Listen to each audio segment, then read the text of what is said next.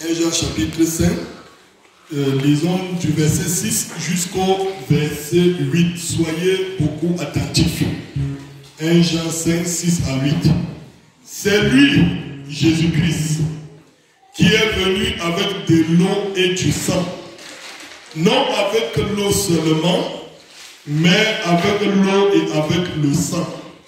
Et c'est l'Esprit qui rend témoignage, parce que l'Esprit est la vérité.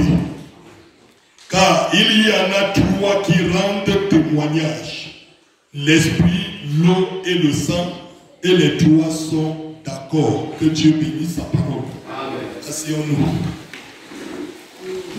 Voilà, nous allons parler ce matin sur le petit sous-thème, la compréhension typique de la nouvelle naissance.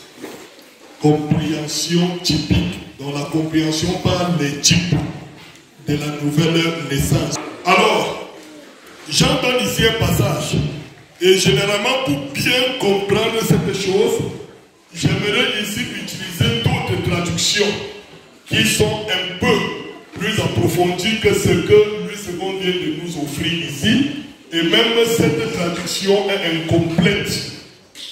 C'est incomplet parce que quand je veux lire dans la traduction, par exemple, du roi King James, vous allez entendre ce qui est écrit.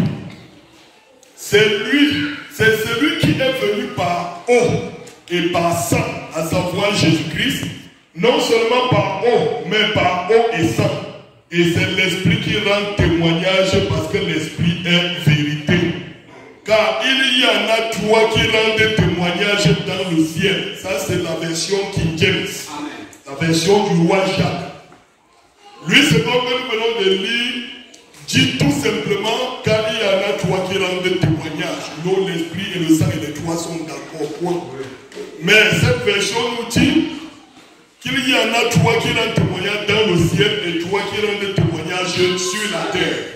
Et c'est à partir de ça que nous pouvons comprendre mieux la question de comment recevoir le Saint-Esprit pour être né de nouveau. Il y en a trois qui rendent témoignage dans le ciel: le Père, la parole et la sainte présence. Et ces trois-là sont un. Ça, c'est le roi Jacques. Il y en a aussi trois qui rendent témoignage sur la terre: l'Esprit, l'eau et le sang. Et ces trois-là sont d'accord en un. Maintenant, je prends encore une autre traduction. Ici, écoutez ce qui est écrit. Parce que, je prends un peu vers le verset 4 pour lancer. Parce que tout ce qui a été engendré d'Élohim remporte la victoire sur le monde. Et la victoire qui a vaincu le monde, c'est notre foi. Il parle d'engendrer d'Élohim. C'est que le théologien, lui, ce qu'on nous dit, tout ce qui est né de Dieu. Parce que pour parler de la nouvelle naissance, même à base de cette traduction, on peut comprendre le sens de certains mots. Quand lui, c'est qu'on traduit par tous ceux qui sont nés de Dieu. Naître de Dieu, c'est naître de l'Esprit. Naître de l'Esprit, c'est naître de nouveau. Naître de nouveau, celui qui traduit maintenant, c'est être engendré. Alléluia. C'est être engendré. C'est ça la différence entre le membre de l'Église et le membre du corps de Christ. Le membre de l'Église, c'est seulement associé à un groupe, alors que le membre du corps est né du corps, est engendré de l'Esprit de Dieu. Alléluia. Amen. Il y a une différence entre un enfant admis dans la famille et un enfant engendré de la famille. C'est deux choses bien différentes. Maintenant, ceux qui sont nés de nouveau sont engendrés, c'est-à-dire que Dieu leur a accouché, dans le langage le plus simple. Voilà. Parce que tout ce qui a été engendré d'Élohim remporte la victoire sur le monde. Et la victoire qui a vaincu le monde, c'est notre foi. Verset 5. Qui donc est celui qui remporte la victoire sur le monde? Sinon, celui qui croit que Joshua est le fils d'Élohim. Verset 6. C'est ce Joshua, le Mashiach, qui est venu à travers l'eau et le sang. non pas avec l'eau seulement, mais avec l'eau et le sang, et c'est l'esprit qui rend témoignage. Or, l'esprit est la vérité. Verset 7. Parce qu'il y en a trois dans le ciel qui rendent témoignage. Le Père, la parole et le Saint-Esprit, et ces trois-là sont un. Il y en a aussi trois sur la terre qui rendent témoignage. L'eau, le sang et l'esprit, et ces trois-là sont d'accord. Alléluia. Donc nous devons comprendre que Dieu est parfait en toi. Une véritable naissance aussi est parfaite en toi. Et c'est de ça qu'il est question ici. Dieu est Père, il est Fils, il est Saint-Esprit, c'est ça qui fait de lui le Dieu tout-puissant. Maintenant, un enfant qui est né, ça veut dire qu'il y a aussi eu trois dimensions, trois étapes par lesquelles il est passé. Il a connu l'étape de l'eau, l'étape du sang et l'étape de la vie pour être né. Alléluia. Et quand je parle, les femmes qui ont accouché comprennent bien. Il n'y a pas de naissance sans écoulement d'eau. Il n'y a pas de naissance sans écoulement de sang. Il n'y a pas de naissance sans la vie que le fœtus ou alors ce paquet de muscles reçoit au sortir du sein maternel. Alors la poche d'eau se perce, la poche de sang se perce et l'enfant vient et obtient la vie. Et la preuve qu'il a obtenu la vie, c'est qu'il pousse des cris. Alléluia. C'est n'est-ce qu'au moment où l'enfant crie que tout le monde veut dire il est né. C'est cela. Il est né. Alléluia.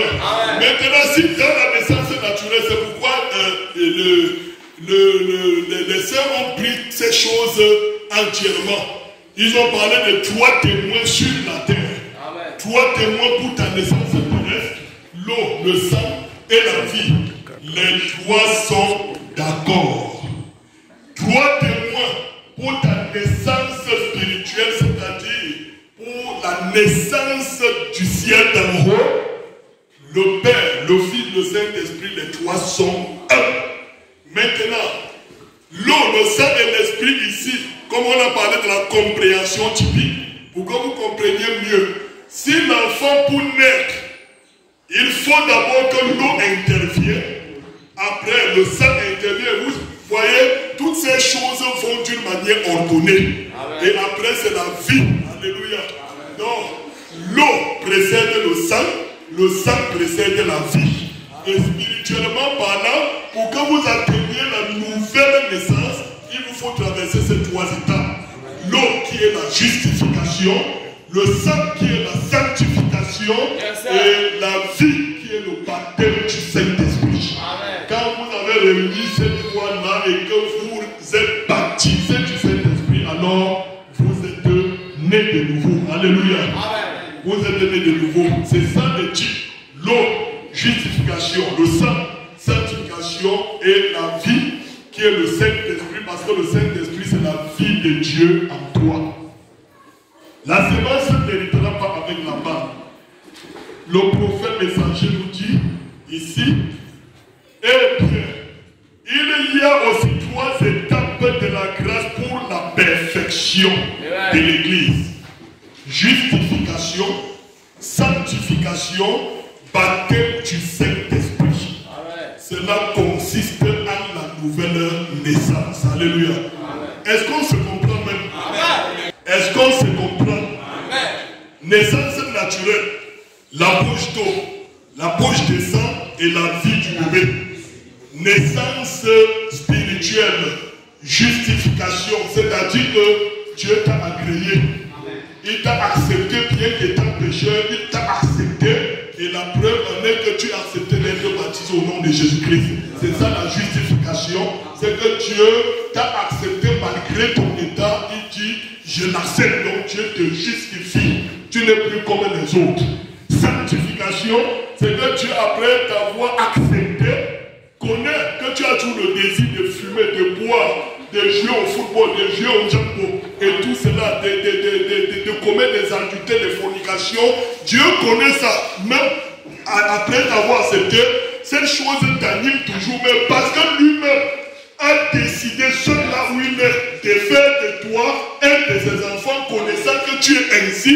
il doit engager un second processus, c'est-à-dire de nettoyer de ces choses-là. Alléluia.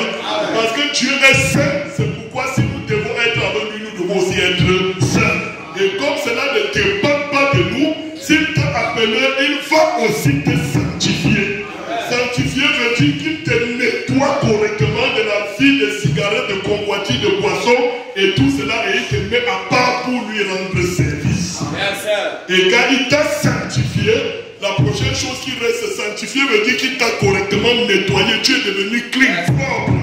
Et alors quand une bouteille est propre ou un verre est propre, on l'utilise. L'utiliser en faisant quoi? Il verser de l'eau pour consommer. Dieu doit consommer ta vie. Alléluia. Dieu doit te purifier afin de te mettre à son service, afin de se déployer par toi, de parler par toi, d'agir par toi. Et tout cela parce que tu es la preuve palpable, vivante des caractéristiques cachées de Dieu. C'est pourquoi je disais dernièrement que l'homme est la dimension visible de la divinité mystérieuse. La divinité, le Dieu tout-puissant est esprit et personne ne le voit. L'homme est la dimension visible de ce Dieu qu'on ne voit pas. Et pour arriver à ce niveau, Dieu doit te justifier. Tu dois te repentir, prendre ton baptême au nom du Seigneur Jésus-Christ. Dieu doit te sanctifier. Il dit, Père, sanctifie-les par ta parole, car ta parole est la vérité. Le module de la sanctification, c'est la prédication de la parole. Quand une prédication sort, l'adultère tombe. Quand une prédication sort, la convoitise tombe. Une autre prédication sort, le comménage disparaît. Une autre sort, la haine fiche le camp. Une autre sort, alléluia. Le désir de la cigarette et la boisson, c'est Dieu qui est en train de se sanctifier. Dieu sait que tu es utile pour lui, tu seras utile pour lui, mais pas en tant que fumeur, pas en tant que soulard, pas en tant qu'adultère. C'est pourquoi il ouvre ses soins et ses soins prêchent la parole qui s'attaque à ta mauvaise vie. C'est pourquoi parfois, c'est par ignorant que nous nous attaquons au prédicateur, car c'est Dieu qui fouette celui qui l'aime. Alléluia. C'est cette étape qu'on appelle la sanctification. Et quand Dieu fait cela, chaque prédication qui tombe, tu regrettes. Chaque prédication qui tombe, tu regrettes. Chaque prédication qui tombe, tu regrettes. Je ne parle pas d'un regret temporaire. Je parle de quelque chose de fondamental.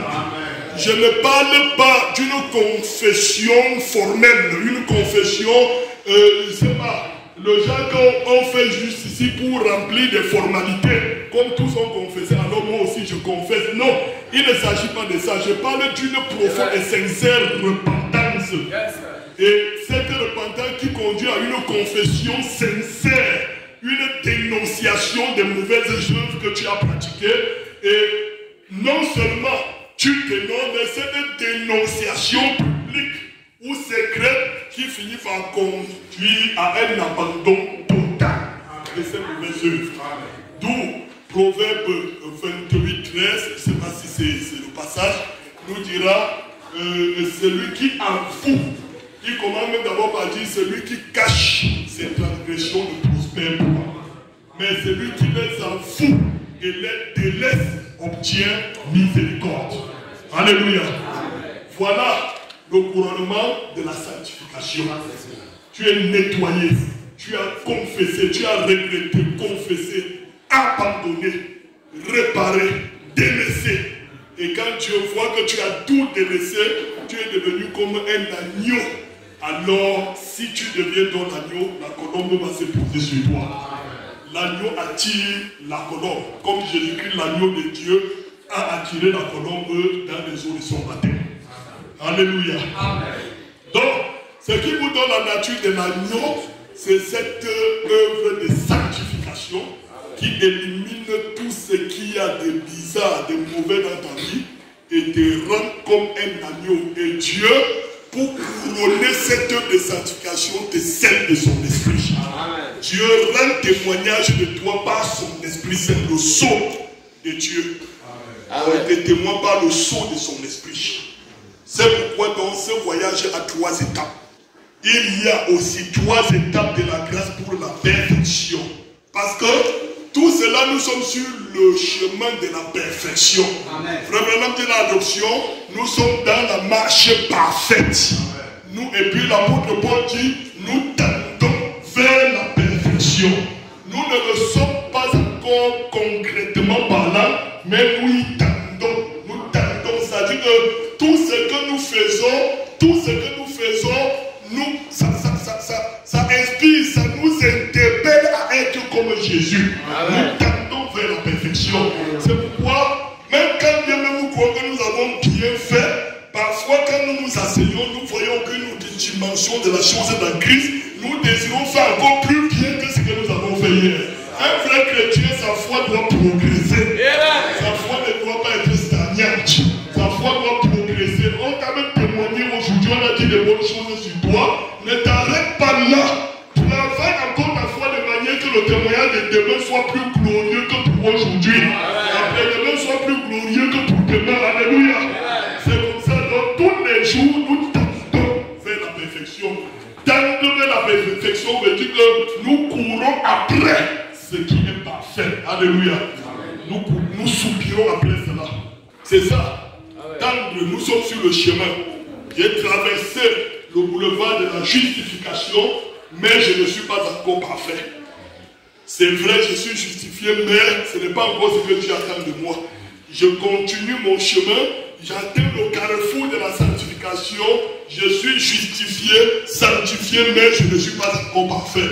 C'est pourquoi il faut continuer mon chemin, je continue, j'arrive à la rue du baptême du Saint-Esprit. Alléluia. Amen. Alléluia. Amen. Je suis justifié, sanctifié, baptisé du Saint-Esprit, mais je ne suis pas encore parfait. C'est même à ce niveau que la marche parfaite commence. Parce que le baptême du Saint-Esprit active de moi des éléments qui me rendront exactement comme Jésus. Exactement. La perfection, c'est d'être comme Jésus. Quand vous atteignez cette dimension, vous ne vivrez plus sur la terre. C'est cela. Voilà. Je reviens donc, il y a aussi trois étapes de la grâce pour la perfection de l'Église. Justification, sanctification, baptême du Saint-Esprit. Cela consiste à la nouvelle naissance. Autrement dit, cela a pour résultat la nouvelle naissance. Si frère Élie est justifié, s'il est sanctifié, s'il est baptisé du Saint-Esprit, le résultat sera qu'il est né de nouveau. C'est ça. C'est ça le résultat de ces trois étapes. Très bien. La Bible dit dans 1 Jean 5,7, nous venons de le lire. Toi qui rendent témoignage, je passe. Ici il dit, oh, le Père, le Fils, le Saint-Esprit sont un. Vous ne pouvez pas avoir le Père sans avoir le Fils. Ça, c'est une autre dimension très sensible. Parce que dans le ciel, les trois qu'il a présentés dans le ciel ne sont pas trois identités distinctes ou différentes l'une de l'autre, mais c'est trois qualificatifs ou trois attributs ou trois attributions d'une seule et même personne. Le Père, le Fils, le Saint-Esprit. La seule personne est Père, c'est la même personne qui est Fils, c'est la même personne qui est Saint-Esprit. C'est pourquoi vous ne pouvez pas dire que vous avez le Père si vous n'avez le Fils. Vous ne pouvez, il demande que nous le Père et cela nous suffit. Et le Fils lui dit, il y a si longtemps je suis avec vous, tu ne m'as pas connu. Pour dire, si tu as le Fils, tu as le Père. C'est cela. Amen. Exactement. Vous ne pouvez pas avoir le Fils sans avoir le Saint-Esprit. Vous ne pouvez pas dire que Jésus habite en moi et dire que vous cherchez le Saint-Esprit. C'est Jésus qui habite en toi a pris la forme du Saint-Esprit pour habiter en toi. Sinon, Jésus ne peut pas fendre ton corps, venir entrer à l'intérieur et tirer la fermeture. Non. Il devient Saint-Esprit et il prend forme dans ton corps. À l'intérieur de ton corps, il vit avec les propres éléments de ton corps. Voilà. Maintenant, pour les éléments de la terre, c'est donc différent. C'est trois choses bien séparées, mais pour faire quelque chose de merveilleux, il faut que les trois choses-là soient d'accord ou qu'elles s'accordent. L'eau, le sang et l'esprit. Vous pouvez donc avoir l'eau sans avoir le sang. Vous pouvez avoir l'eau et le sang sans avoir l'esprit. C'est ça le problème. Oui. Vous pouvez avoir l'eau sans avoir le sang. Vous pouvez être justifié pour vous s'arrêter là. C'est pourquoi beaucoup ont démarré le voyage. On dit qu'ils ont cru au message. Tenez-vous tranquille. Croire au message n'est pas, je ne sais pas comment je vais appeler ça, n'est pas une déclaration. Ce n'est pas une déclaration, ce n'est même pas un adage. Je crois au message. Ce n'est pas parce qu'on a dit Dieu a envoyé un prophète, tu as dit Amen. Non. Tu as juste démarré un voyage. On dit le prophète nous a dit, repentez-vous, il a ramené le vrai baptême biblique. Se baptiser dans l'eau au nom du Seigneur Jésus-Christ. Tu dis frère, je crois le prophète. Baptisez-moi. L'apôtre Paul a appelé ça les rudiments. Ce sont les rudiments, c'est-à-dire les pièces élémentaires du message, de la foi. Donc c'est les choses, c'est un peu comme tu dis que tu es sorti de la maison pour devenir un docteur. Un docteur.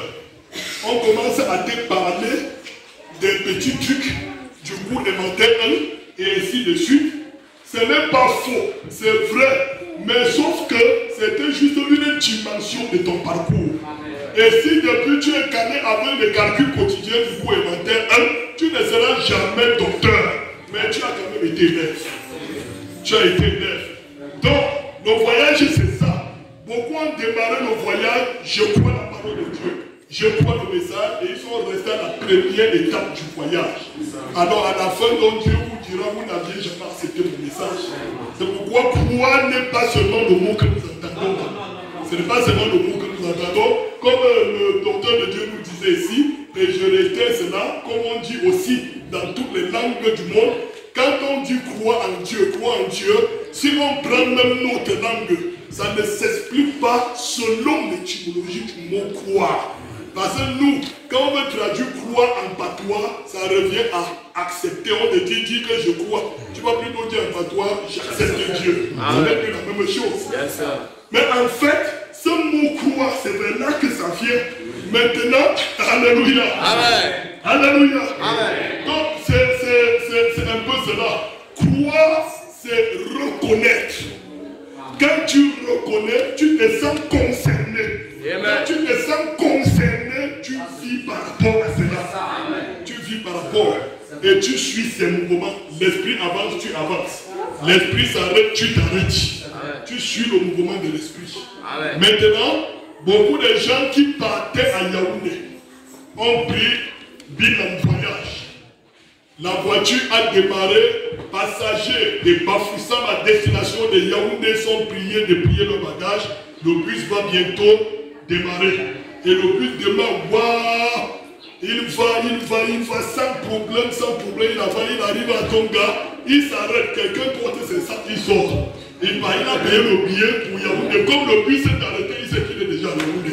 Il a porté le sac et sorti. Vous voyez, son billet était payé pour Yaoundé. Seulement, il ignore que dans le même bus, il y a des gens qui ont payé le billet pour Tonga. Il y a certains qui ont payé pour Bafia. Alléluia. Tonga, c'est la justification. Quelqu'un qui va à Yaoundé sort à Tonga, sa foi s'arrête à la justification. C'est pourquoi il est à l'église, mais il couche encore des femmes. Il est à l'église, il trompe sa femme, il trompe son mari. Il est à l'église, il commet, il fait des choses. Tout ce qu'il a bénéficié, c'est qu'il a été baptisé au nom de Jésus-Christ. Il est sorti à Tonga. Maintenant, le bus continue, boum, les Tongaïstes sont sortis. Sans savoir que Yaoundé, on n'était pas encore à Yaoundé. Frères et sœurs, nous ne sommes pas encore à Yaoundé. Nous sommes sortis pour l'éternité. Et sur le chemin, il y a des escales. Même des escales techniques.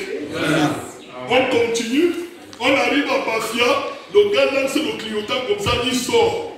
Une vague de personnes portent les bagages, ils sortent, ils commencent à...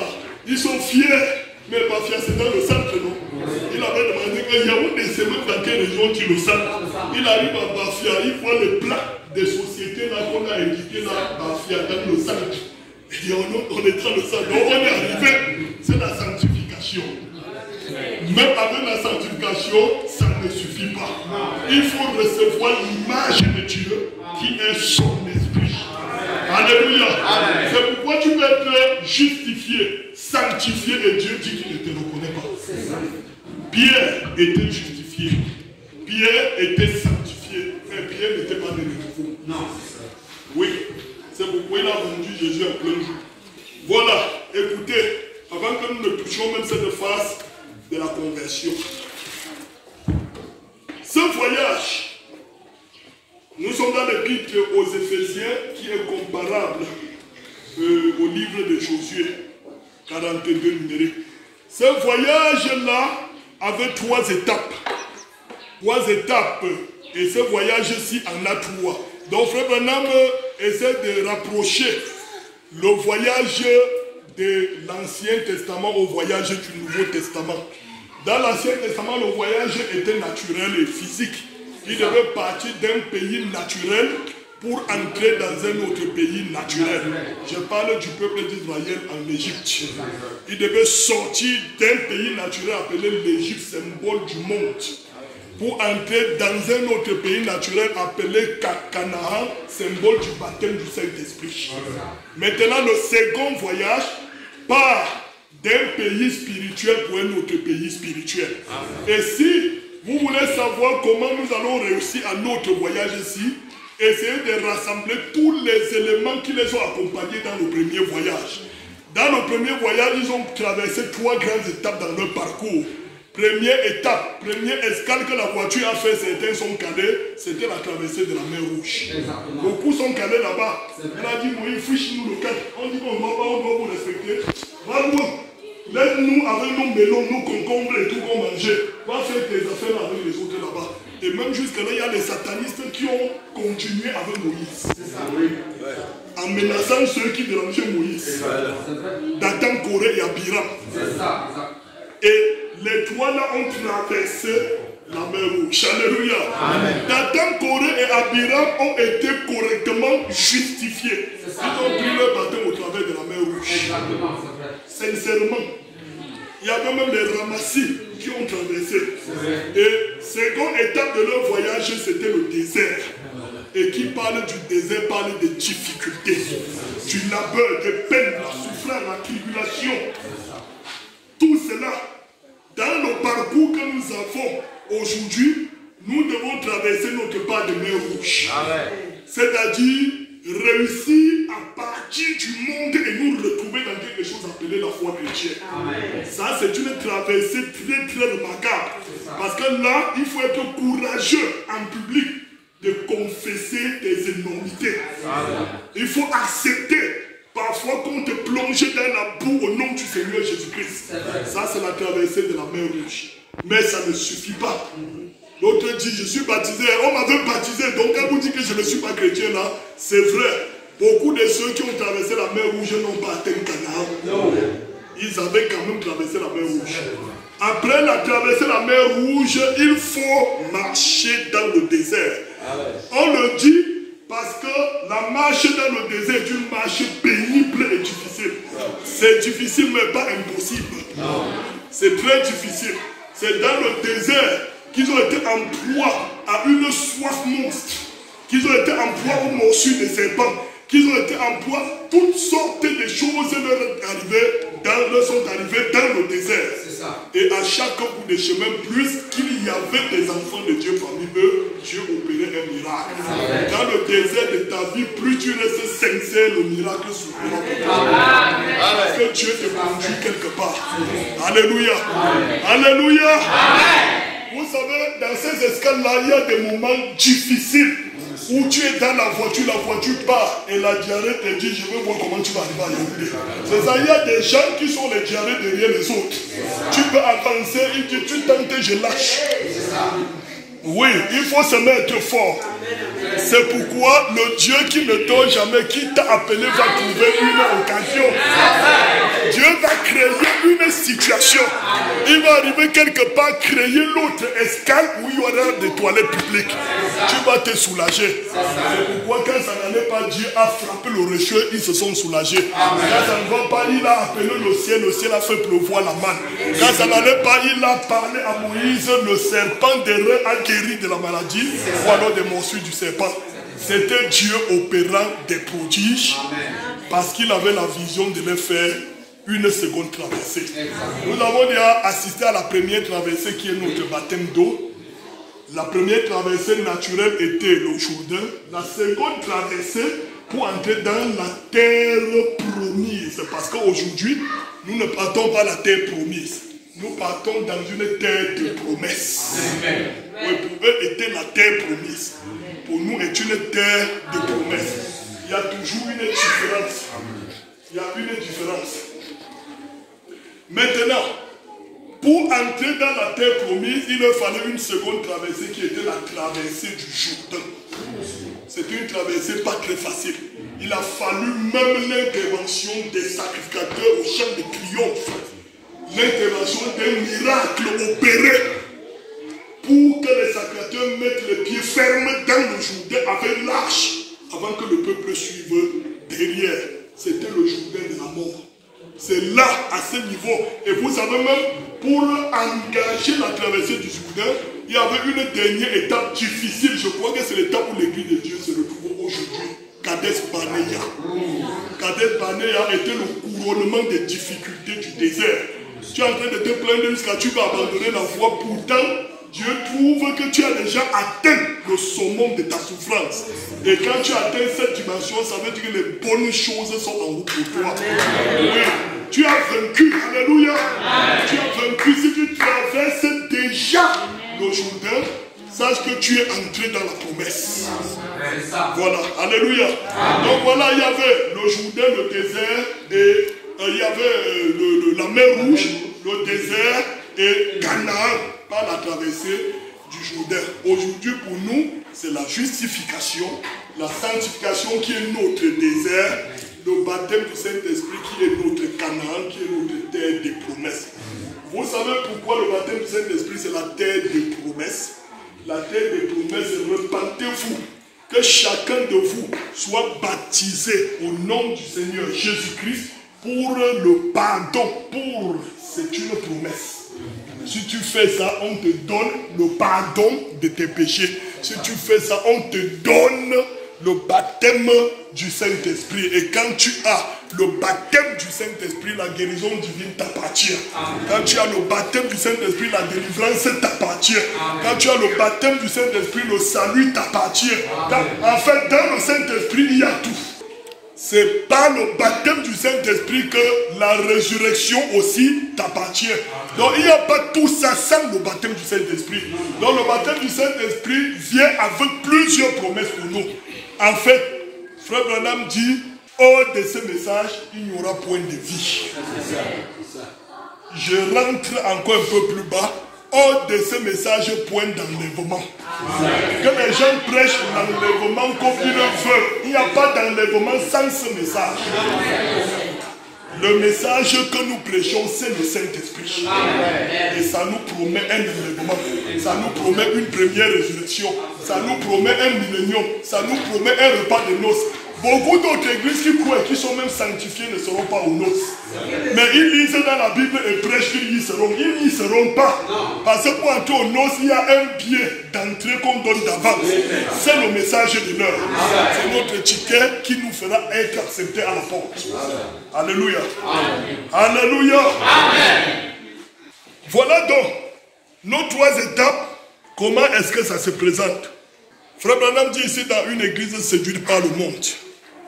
Au paragraphe 26. La raison pour laquelle les gens vont se joindre dans des organisations et substituent une poignée de main à la nouvelle naissance, c'est qu'ils essaient de contourner la nouvelle naissance.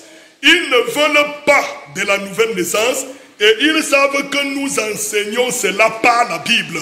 Alors ils cherchent à y substituer quelque chose et les pentecôtistes ont tout aussi tort en cherchant à y substituer quelque chose. Ils veulent que cela ait de la classe.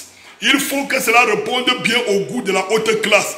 Nous allons nous serrer la main pour adhérer à l'église. Nous allons nous faire asperger ou plutôt baptiser ou quelque chose comme ça. Ils ont peur de la nouvelle naissance.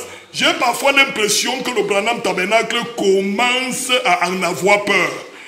Or, nous savons tous qu'une naissance, alléluia, une naissance, peu importe où elle a lieu, à n'importe quel endroit, c'est un gâchis.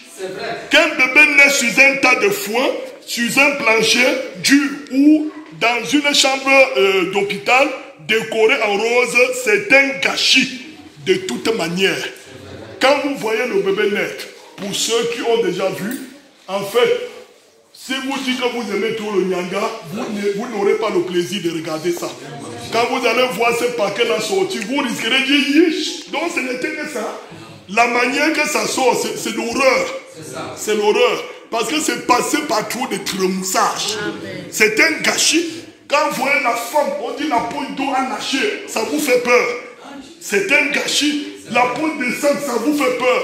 Quand déjà une goutte de ton sang tombe, les choses qui se passent dans ta tête, tu vois la femme, c'est comme si elle fourmille le sang et tout cela. Et on dit que c'est parce que l'enfant, regardez comment un enfant vient.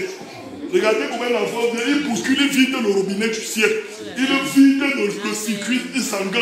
Il vide tout et il intervient sans lait. Il a des débris même parfois reposés sur lui. Tu regardes comme ça. En fait, c'est vrai que lorsqu'on prend, on lave, on habille, que ça ressemble à quelque chose. C'est bizarre à voir. Parfois, ça sort. Tu crois que c'est un petit cochon qui vient de voir le jour. L'aile comme ça, une ouate tête. Oui. C'est cela. La naissance n'est pas chose facile. Vous voulez être beau aujourd'hui, tu étais beau à la naissance. En fait, tout ce qui produit la vie est un gâchis. C'est un gâchis. C'est pour... Alléluia. C'est une mort. Comme le Jourdain qu'on traverse, c'est une mort qui va vous donner la vie à Canaan. C'est pour dire que si on ne passe pas par cette sorte de gâchis, le pasteur Pierre nous dit souvent, frère, vous devez mourir et même pourrir. C'était une expression très forte. Vous ne pouvez pas, frère John, vivre si vous ne mourrez pas. On va me dire, pasteur, c'est quoi? C'est la rose croix. Je dis non, c'est plus que la rose croix. Je vis parce que Jésus est mort. Jésus lui m'a dit, si le grain de blé qui est tombé en terre ne meurt, il demeure seul.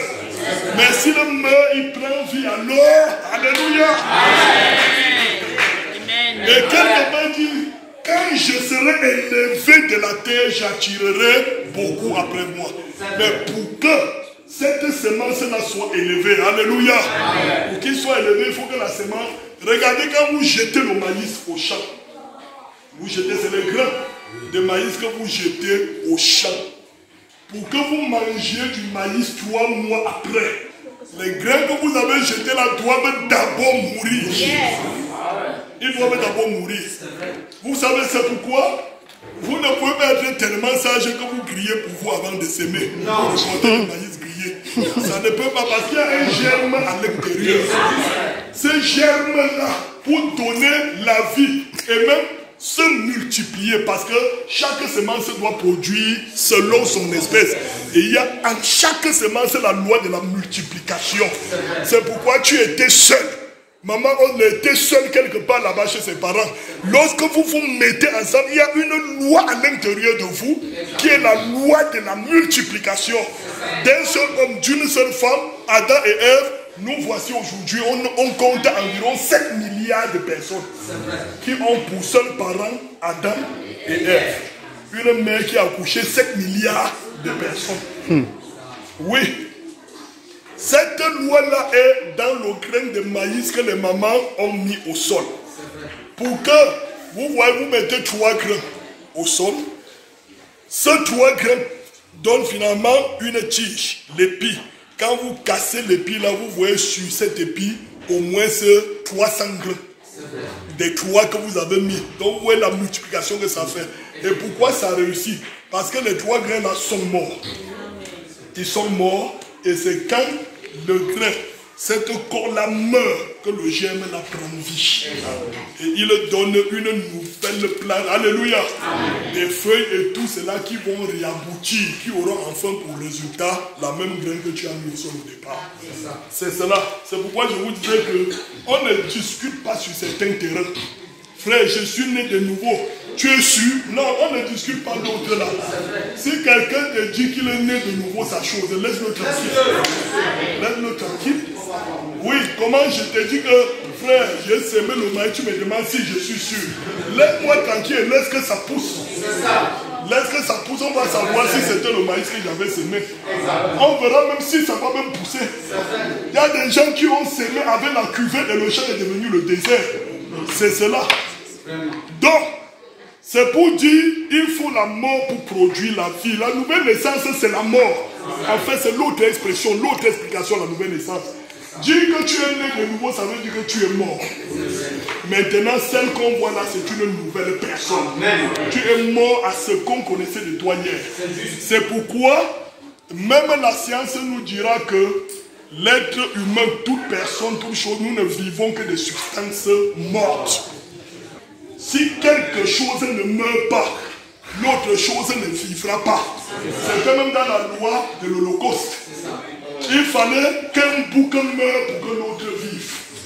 Oui, si le bouc là ne mourait pas, le pécheur qui avait commis ces choses et que la loi l'avait attrapé devait mourir. Alors, même lorsqu'Abraham est arrivé au mont Moricha, pour que Isaac meure, parce que Dieu avait dit Isaac doit mourir. Mais pour que Isaac vive, il a fallu que le bélier meure. Alléluia. Bon, maintenant, c'est ce que nous devons connaître. Même lorsque tu dis que j'aime le poulet, le poulet est déjà mort. Donc c'est un coq, une poule que tu as tué. Et tu manges comme ça pour pouvoir vivre. C'est cela. C'est ça qui crée dans tes cellules des choses qui te font vivre, qui te créent. C'est que le sang et tout cela. Mais pour arriver à ce niveau, il faut qu'un animal meure. Alléluia. Et c'est pourquoi je revenais à Christ, que pour que l'église vive par la nouvelle naissance, par le baptême du Saint-Esprit, il a fallu que Christ meure. Tout n'est pas de falloir que Christ meure, c'est d'accepter cette mort-là. C'est cela. C'est pourquoi laissez-moi vous aider à comprendre les trois éléments dont les apôtres, dont le prophète parle. L'eau, le sang et la vie. Prenez donc Christ. Nous disons que nous sommes du corps de Christ, non? Du corps de Christ, ça veut dire que nous sommes membres à l'intérieur de ce corps qu'on appelle Christ. Et pour entrer dans quelque chose, il y a une porte, non, frère John? Nous sommes entrés par cette porte et nous sommes dans le corps de Christ. Quand cette porte s'est ouverte, qu'est-ce qui a donné la possibilité aux gens de se retrouver dans ce corps? C'est que ce qui occupait d'abord le corps, ce que le corps conservait au préalable est sorti. Il a vidé tout ça et ceux qui attendaient dehors pour vouloir entrer, puisque ce ne sont que ces choses-là qui font vivre le corps, pour réussir à être dans le corps, tu dois retourner avec ces choses-là. Pour avoir place dans le corps. Qu'est-ce qui est sorti du corps de Christ lorsqu'on a poignardé sa côte? On dit que l'eau et le sang se sont séparés. Alléluia. Donc Christ a montré cette nouvelle naissance même sur lui-même. L'eau et le sang sont sortis de son corps. Et quelque temps, il dit, Père, entre tes mains, je remets mon esprit. L'eau, le sang et la vie. C'est sorti. Maintenant, le corps de Christ était vide. Parce que pour que le corps vive, il faut qu'il y ait l'eau, il faut qu'il y ait le sang, il faut qu'il y ait l'esprit. Maintenant, qui est celui qui a rendu ce corps vivant? C'est Nono Bertrand qui veut y vivre. Mais pour que ce corps vive, Nono Bertrand doit retourner avec l'eau qui était sortie là-bas. Il doit retourner avec le sang qui était sorti. Il doit retourner avec l'esprit qui était sorti. C'est pourquoi j'ai besoin d'être justifié, sanctifié, baptisé du Saint-Esprit. Là, on dit je suis du corps de Christ. Vous comprenez maintenant? Amen. Voilà, les trois éléments sortis du corps de Christ doivent retourner dans son corps par le croyant. Amen. Si tu n'as pas les trois éléments, tu es hors du corps. C'est tout. Tu es dans l'église, mais pas dans le corps. C'est important. Écoutez Colossiens chapitre 3. Colossiens chapitre 3. Verset 5 au verset 10. Faites donc mourir les membres qui sont sur la terre. Les membres qui sont sur la terre. L'impudicité, l'impureté, les passions, les mauvais désirs et la cupidité, qui est une idolâtrie. C'est à cause de ces choses que la colère de Dieu vient sur les fils de la rébellion, parmi lesquels vous marchiez autrefois lorsque vous viviez dans ces péchés. Mais maintenant, renoncez à toutes ces choses, à la colère, à l'animosité, à la méchanceté, à la calomnie, aux paroles déshonnêtes qui pourraient sortir de votre bouche. Ne mentez pas les uns aux autres, vous étant dépouillés du vieil homme et de ses œuvres, et ayant revêtu l'homme nouveau, qui se renouvelle dans la connaissance selon l'image de celui qui l'a créé. Alléluia. Est-ce que ce passage nous dit quelque chose? Amen. Il y a parfois quand vous dites aux gens, vous citez ces gens, on dit que frère, parfois il faut savoir quand même nous sommes chrétiens. Tu parles encore des animosités, l'impudicité, l'idolâtrie. Pour parler ici à qui? Il parle aux chrétiens, de l'église. Il crie parce qu'il voit ça. Il voit ça. Et il voit ça au milieu des gens. Et ces gens disent qu'ils sont du corps de Christ. Paul est étonné. Paul dit non, du corps de Christ, vous devez renoncer au vieil homme que vous étiez afin de revêtir l'homme nouveau. C'est-à-dire le vieil homme que tu dois mourir. Comme on a parlé de la mort. Si le vieil homme meurt, il meurt avec la pensée d'adultère, la pensée de convoitise, l'idolâtrie, tout cela, la haine, la jalousie, tout ça, c'est ce que le vieil homme qui était nono était. Maintenant, si le vieil homme meurt, ça veut dire que l'adultère est mort, la fornication est mort, la convoitise est mort, la calomnie est morte, tout cela est mort. Maintenant, le nono qu'on voit, c'est un homme nouveau. On dit qu'il est né de nouveau. Non, il n'est plus ce qu'il était. Alléluia. Ne manquez point les uns aux autres. L'autre passage, si on peut laisser à côté, c'est sérieux. 2 Corinthiens 5, 17. Si quelqu'un est en Christ, il est une nouvelle créature. Les choses anciennes sont passées. Voici, toutes choses sont devenues nouvelles. Voilà la nouvelle naissance. Nouvelle naissance, être né de nouveau veut dire que tu es en Christ. Être en Christ veut dire que tu es justifié, sanctifié et baptisé du Saint-Esprit. Alors tu es en Christ, tu deviens une nouvelle personne. La preuve, c'est que les choses anciennes sont passées. On dit Jésus-Christ est le même hier, aujourd'hui et pour toujours. Mais je ne crois pas aux chrétiens à caractéristiques le même hier, aujourd'hui et pour toujours. Parce qu'il y a des gens, lorsque tu les as baptisés, ils bagarraient. 15 ans après, ils bagarrent toujours. Il est dans la foi. Le message a changé son visage. Il est devenu beau, il s'habille bien. Il porte les bonnes robes comme le message dit. Mais elle bagarre toujours. Ça veut dire qu'il y a quelque chose qui ne va pas. Le vieil homme là n'est pas mort. Ça dit que cette vieille personne n'est pas morte. Alléluia. Amen. Tu es entré dans la foi, tu étais commère. 10 ans après, tu es réputé dans le commerce. Ça dit que si tu ne commets pas, la vie de Bafoussam est sauvée. Oui. Ça veut dire que le vieil homme vit toujours. Nous devons le tuer. On doit tuer le vieil homme. Alléluia. Alors, je finis ici. Frère Branham dit que le chrétien est une pyramide. Tout comme l'église est une pyramide. Une pyramide est large à la base. Et comme on doit aller jusqu'au sommet, ça monte en se rétrécissant. Ça monte en se rétrécissant. Donc ne te plains pas souvent beaucoup. Plus le combat se resserre, plus la dimension se rétrécit. Beaucoup abandonnent même. Mais si tu es toujours sur ce chemin, tu dois atteindre la perfection. C'est la pyramide. Et quand tu vas arriver au dernier niveau, où tu ne peux plus rien, Dieu lui-même t'enverra la seconde portion de son esprit pour te coiffer. Amen. Alléluia. C'est ce que nous allons étudier sur la pyramide. Et quand il fait son dessin, il trace la base de la foi. Avant la foi, il trace une mini-base de la nouvelle naissance.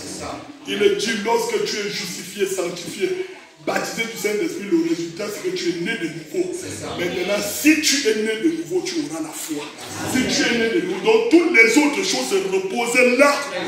Quelqu'un qui s'en va seulement à la fin de la pyramide recevoir la nouvelle naissance, il dit ça ne tient pas. Parce que même avoir la foi, la vertu, la tempérance, la patience, c'est l'enseignement, c'est la connaissance. Toutes ces choses, c'est ce qu'on appelle la révélation de l'œuvre. Et pour saisir la révélation, il faut le Saint-Esprit. Donc vous ne pouvez pas avoir la révélation avant la nouvelle naissance. Vous devez d'abord naître de nouveau et alors saisir votre révélation. C'est comme ça. Maintenant, je crois que ce Saint-Esprit, ce baptême du Saint-Esprit, n'est pas le comble de ce que Dieu attend de toi. C'est ça qu'il appelle les arts. C'est-à-dire un premier versement partiel. l'avance de ton salaire. C'est les arts. Maintenant, quand sur cette chose, cet art-là, ce petit élément qui t'ouvre à la compréhension de la parole, étape par étape, step by step, tu arrives à l'affection fraternelle, alors Dieu envoie la totalité de ton salaire. C'est ça qui se révèle dans la puissance du troisième point. C'est cela. Ce n'est pas que c'est la nouvelle naissance qui te donne. Tu es déjà né de nouveau. Mais là-bas, il te donne la dimension finale de l'esprit qui sera capable de te ôter de la terre. C'est tout. Donc, dans Monsieur S, c'est le signe de la fin. Ou Monsieur S l'heure, ou Monsieur quelle heure est-il? Il dit, il n'y aura plus de temps. Il annonce que le temps est terminé. Qu'arrive-t-il? Qu'arrive-t-il? Cela pourrait-il être ainsi maintenant? Mes frères, réfléchissez sérieusement. Si c'est le cas, alors la pyramide est coiffée par les 7 tonnerres. Vous souvenez-vous du message sur la pyramide? C'est la pierre fêtière. Qu'a-t-elle fait? Le Saint-Esprit a coiffé l'individu et l'a scellé après que nous ayons ajouté à la foi la droiture, la piété, la foi, etc. Nous avons continué à y ajouter jusqu'à ce que nous ayons 7 choses. Et la 7e, c'est l'amour qui est Dieu. C'est ainsi qu'il fait l'individu. Il le coiffe et le scelle du Saint-Esprit. Alors, si c'est ainsi, il a eu 7 âges de l'Église dans lesquels ont été proclamés les 7 mystères pour lesquels ils ont combattu afin de les ramener. Et maintenant, la pierre fêtière vient pour coiffer l'Église. Est-ce que c'est ce que veut dire les tonnerres, mes frères, messieurs? Est-ce là où nous en sommes? C'est le prophète qui se pose des questions. Que Dieu vous bénisse. Amen. Donc nous allons parler de la conversion prochainement. De la conversion. C'est un chapitre qui n'est pas à négliger. On a rencontré maintes fois dans nos panneaux. Notre église a eu 24 000 convertis l'an dernier. 24 000 quoi? Convertis. Même dans nos chants, quand on partait baptiser là, on dit ça en effet, tout est accompli. Quand un pécheur s'est converti, qui vous a dit qu'il s'est converti? Il s'est baptisé, il ne s'est pas converti. C'est une erreur. Beaucoup d'églises font ça sur les pancartes. 90 convertis cette année, 800 000 convertis cette année. C'est très bien. C'était 800 000 venant de nous. Ce n'était pas les convertis. On va voir ce que c'est que la conversion. On va se rendre compte que tous les disciples qui ont suivi Jésus étaient inconvertis. Oui. Mais ils étaient à l'église et ils étaient ainsi, ils prêchaient, ils opéraient le miracle. Pour ceux qui croient qu'opérer le miracle veut dire que tu atteins une dimension avec Dieu. Tu n'as même pas commencé à te lever. C'est cela. Que Dieu vous bénisse. Amen.